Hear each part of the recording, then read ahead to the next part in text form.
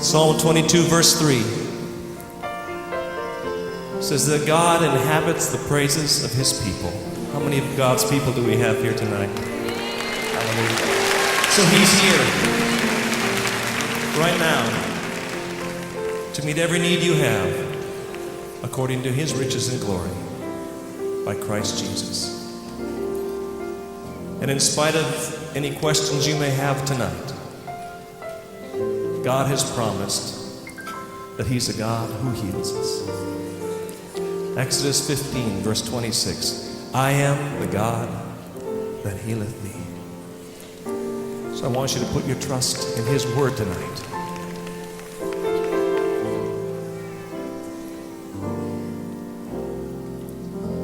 I am the God that healeth thee. Welcome to Healing Today. Thank God for this hour of sharing God's word with you. I believe that the word of God today is going to be a blessing unto you, and your life is going to be transformed as a direct result of the word of God. Today we are going to be sharing, I will be sharing with you how to win your loved ones to the Lord. How to win your lost loved one to the Lord. In going through this teaching for today, we are going to know the promises of God. Number one, we must know the promises of God. Number two, we must step into our priestly office as intercessor. Number three, we must move into our kingly office and take authority over the enemy. Now, before we go into these three areas of topic for today, I want you to know that God guarantees his word for the salvation of your lost loved one. So if you have your Bible there with you, let's go to the book of John Gospel, chapter 16, verse 23 to 24. Because Jesus Christ gave us example that when we pray, in order for us to win our lost loved one to the Lord, we have to pray for them. I believe that you as a believer, you don't want to be saved alone. What do I mean by that is that you don't want to make heaven alone by yourself. You want the members of your family to be there with you.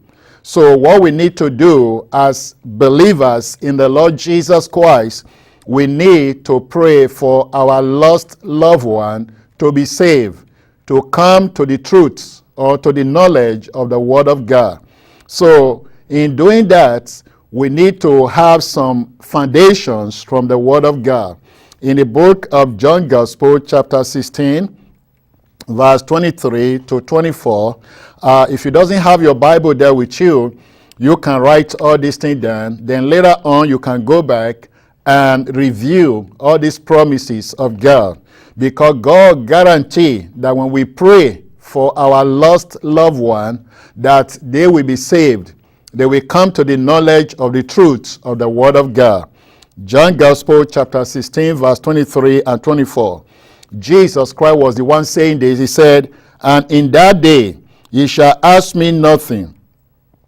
Verily, verily, I say unto you, whatsoever ye shall ask the Father in my name, he will give it you. Hitherto have ye asked nothing in my name. Ask, and ye shall receive, that your joy may be full. We have seen here that the Word of God says, he said, Jesus Christ was actually saying to his disciple, and in that day ye shall ask me nothing. You see, in that day was referring to this very day. Because when Jesus Christ was here physically, whatever thing the disciple need, they always go to him to ask him for healing. They always go to ask him for food. They always go to ask him how to pay their taxes, for some money to pay their taxes. So Jesus Christ was saying, in that day ye shall ask me nothing. You see, he said, verily, verily, I say unto you, whatsoever ye shall ask the Father in my name, he will give it to you. So this is a guarantee that when we pray to the Father in the name of Jesus, the Word of God says he will give it to you. You see now, that it is the desire of God for you to receive the answer to your prayer. It is the desire of God for you, for all your needs to be met when you pray and ask God in the name of Jesus Christ. So the word of God says, whatsoever ye shall ask. So in this case, we are asking or we are praying for our lost loved one to be saved. And the word of God says, whatsoever ye shall ask the Father in my name, he will give it you. Then he went further to say, verse 24, hitherto, in other words, all till now, ye have asked nothing in my name. Ask, and ye shall receive, that your joy may be full. Glory be to God. So here we find out the word of God is saying, you asked. When you asked in the name of Jesus, and you shall receive. When you asked, you will receive. See, no matter whatever it is. But right now we are talking on praying for your lost loved one to come to know the Lord, to come to know him as their Lord and personal Savior. The word of God says, if you asked, you will receive, that your joy may be full. You see that God wants your joy to be full. If you ask, you did not receive, your joy will not be full. So God, the word of God says, when you asked, you will receive, so that your joy may be full. Now, let's read some more scriptures in the book of Luke Gospel, chapter 18. We are doing all these things to lay a foundation that when we pray, God will answer our prayer. When we pray, our prayer will be granted. When we pray to God in the name of Jesus.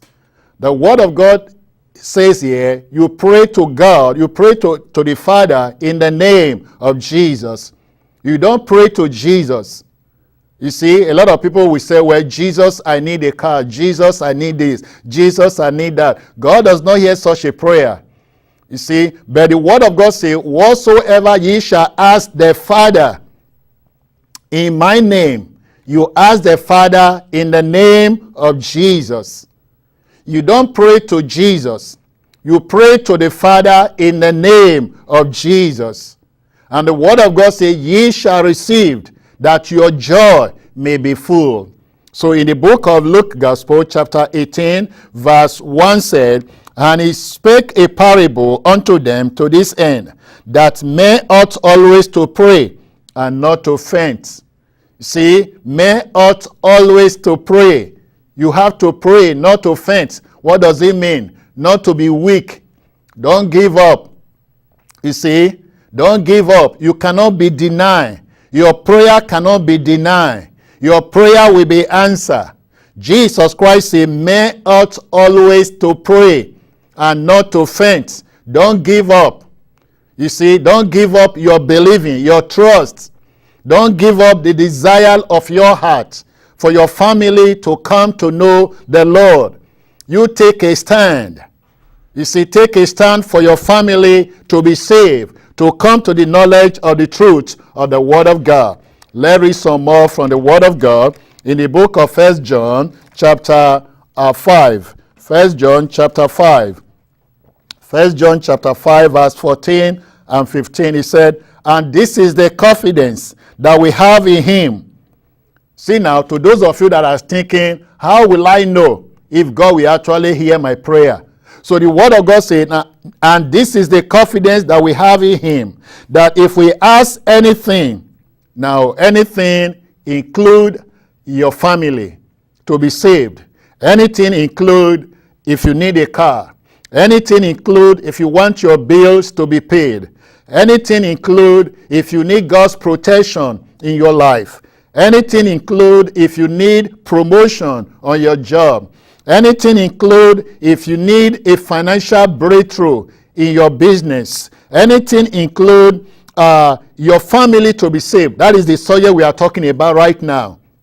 You see, he said, if this is the confidence, this is the assurance, this is the trust, this is the faith that we have in him. that if we ask anything according to his will, he heareth us. See now, for your family to be saved, it is the will of God. For the word of God say, if we ask anything according to his will, he heareth us. So you can have that confidence. You can have that assurance that God will hear you. And the word of God said in verse 15, and if we know that he hear us, whatsoever we ask, we know that we have the petition or the desire or the request that we desire of him. See now, so you need to have confidence. This is the word of God for you as a foundation to pray for those things you want God to do for you. But right now, we are only concentrating on one particular area. That is praying for your loved one, for your lost loved one to come to the truth of the word of God. Now, let's go to the 2 Peter chapter 2, 2 Peter chapter 3. Let's read the word of God. Let us know, so that God's word is letting us know that it is the will of God when we pray for our lost loved one, for them to be saved. 2 Peter chapter 3, verse 9. He said, the Lord is not slack concerning his promises, as some men count slackness, but is longsuffering to usward, not willing that any should perish, but that all should come to repentance. You see now, it is not the will of God for anyone to go to hell. It is not the will of God for anyone to perish. It is not the will of God for anyone to be lost. It is not the will of God for anyone to be in bondage. It is the will of God for all to come to repentance, for all to receive the Lord Jesus Christ as their personal Lord and Savior. That is the will of God. You see now that when we pray for our lost loved one, it is the will of God for them to be saved. Once we find out it is the will of God, we have to take a stand. We have to stand on the promises of God. Now, let's read some more from the Word of God. 1 Timothy chapter 2, 1 Timothy chapter 2, verse 4. It said, who we have all men to be saved. You see now, that is the will of God, for all men to be saved and to come unto the knowledge of the truth. What is truth? The word of God. Jesus is the truth. You see, because Jesus Christ said, I am the way, in the book of John Gospel, chapter 14, verse 6, Jesus Christ said, I am the way, the truth, and the life. No man cometh unto the Father, but by me. So it is the will of God for all men to be saved. No matter who you are, no matter whatever you have done, the price has already been paid for you. Jesus Christ has already died for your sin. He have already shed his blood on the cross. All you need to do is to open up your heart and receive him into your life as your own personal Lord and Savior. So it is the will of God for all men to be saved. You see, it is the will of God for your lost loved one to be saved. Now let's read some on the promises of God now for your family to be saved, for your children to come to the knowledge of the word of God, for those people that are lost in sin, for them to be delivered, to come to the knowledge of the truth of God's word. Because if you are going to pray for your loved one to be saved, you need to know the promises of God. You need to hold on to that promise. You need to see them in the promises of God, that God wants them to be saved. Let's turn to the word of God, Isaiah chapter 49, verse 23. Isaiah 49, verse 25. So he said, even the captive, verse 25 says, but thus says the Lord. Now this is the word of God. He said, but thus says the Lord, even the captive of the mighty shall be taken away. You see, the mighty of the captive shall be taken away.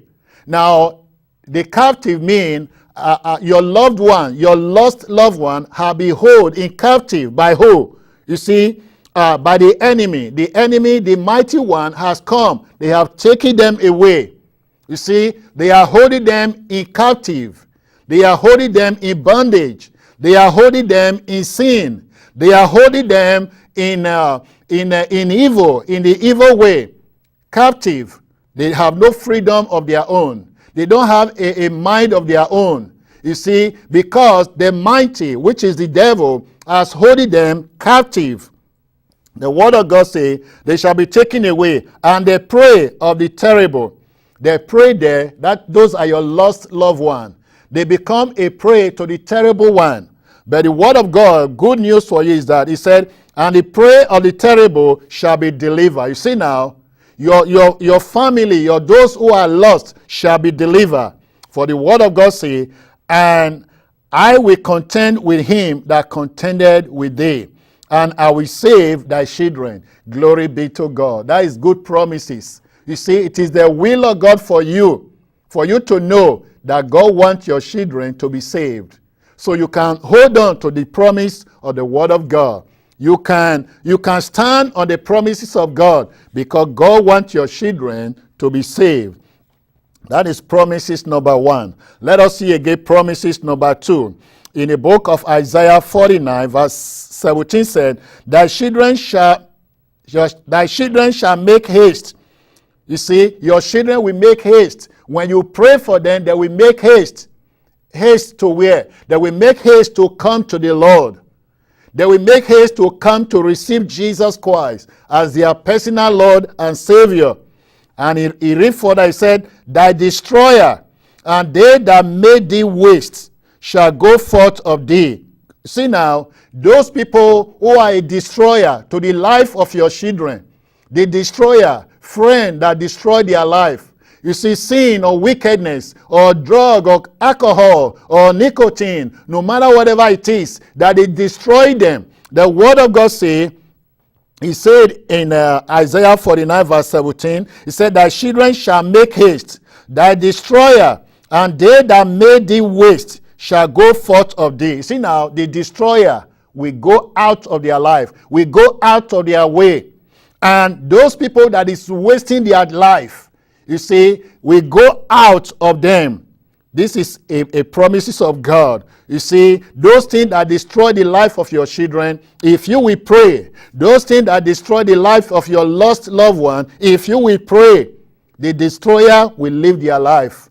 The thing that waste their life will be taken away from them because God wants them to be saved. Number 3 promises we have in the word of God is Isaiah 54 verse 13 said, and all thy children shall be taught of the Lord, and great shall be the peace of thy children. Glory be to God. You see now, that is the desire of God, for all your children to be taught of the Lord, and the peace of God will be upon their life.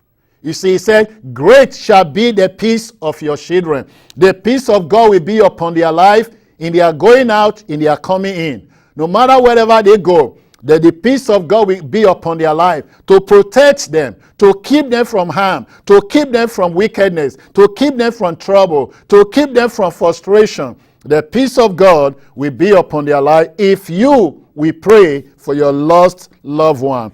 Number 4 promises that we have is Isaiah chapter 59 verse 21. You see, this is a promise concerning your grandchildren. He said, as for me, this is my covenant with them. God is the one saying this. He says, says the Lord, my spirit that is upon thee, and my word which I have put in thy mouth, shall not depart out of thy mouth, nor out of the mouth of thy seed, nor out of the mouth of thy seed's seed, says the Lord, from henceforth and forever. Glory be to God. You see now that God's word that is upon your life will also be upon your seed, your grandchildren. You see, because that is the desire of God for them to be saved. That is the desire of God for them, that the word of God in your life will also be upon their life. The blessing of God upon your life will also be upon the life of your grandchildren. The blessing of God, the favor of God upon you will also be upon the life of your lost loved one, because you pray for them.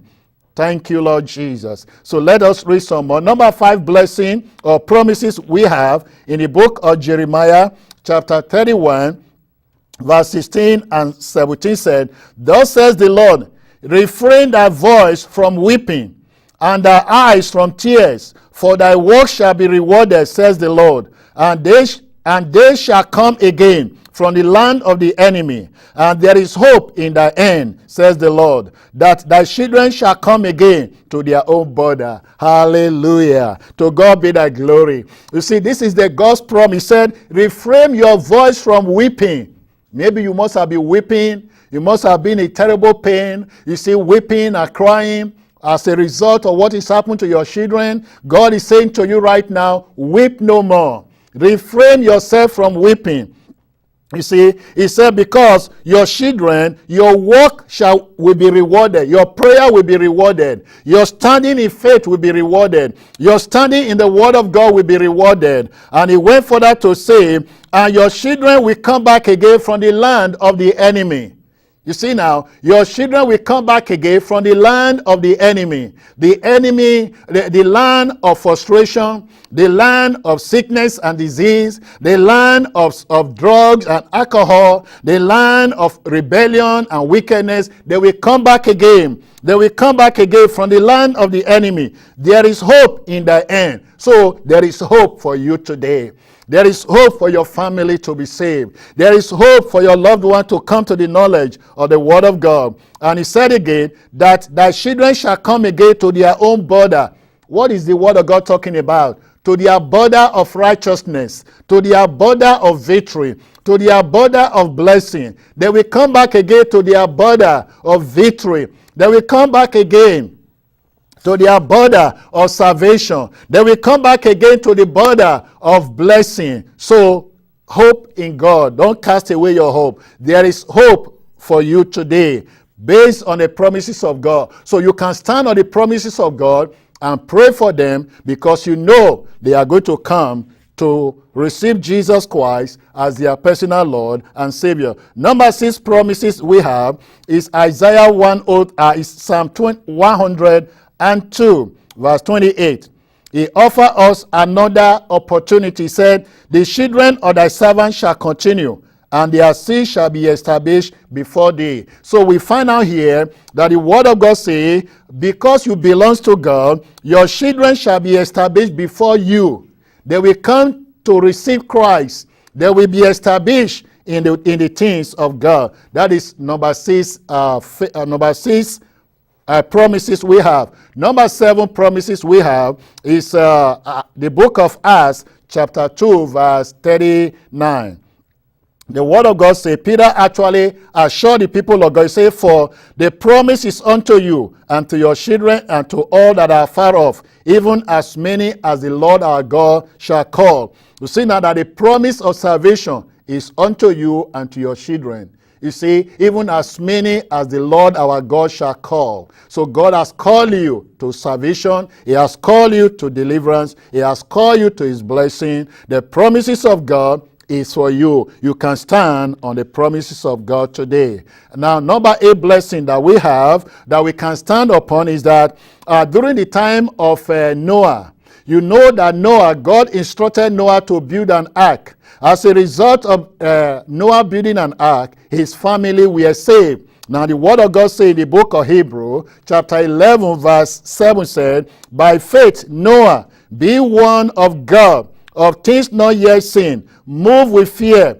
prepared an ark to the saving of his soul, by the which he condemned the world, and became heir of the righteousness which is by faith. You see now, as a result of Noah building an ark, his family were saved. Now today, as you also believe in the word of God, as you stand on the promises of God, guess what? Your family will be saved. The blessing of God will come down upon their life. Number 10 blessing that we have, that we can stand on the promises of God, is Genesis chapter 19. You remember, as a result of Abraham praying for Lot, Lot were delivered in the book of Genesis chapter 19 because Abraham interceded for Lot and his family when they were in Sodom and Gomorrah. God, as a result of his prayer, God delivered Lot and his family out of the land of Sodom and Gomorrah. They were saved out of that destruction. So today, if you will pray for your lost loved one, guess what? The same God that saved the family of Noah, because Noah believed in God. The same God that used Abraham to pray and Lot were delivered from Sodom and Gomorrah. The same God will hear your prayer today if you will pray and believe his word.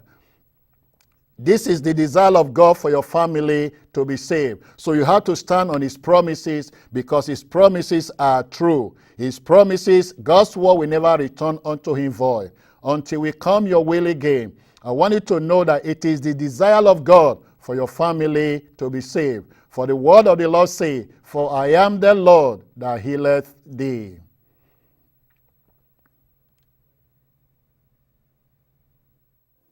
Psalm 22, verse 3 says that God inhabits the praises of his people. How many of God's people do we have here tonight? Hallelujah. So he's here right now to meet every need you have according to his riches and glory by Christ Jesus. And in spite of any questions you may have tonight, God has promised that he's a God who heals us.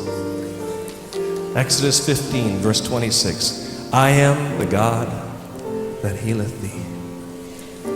So I want you to put your trust in his word tonight.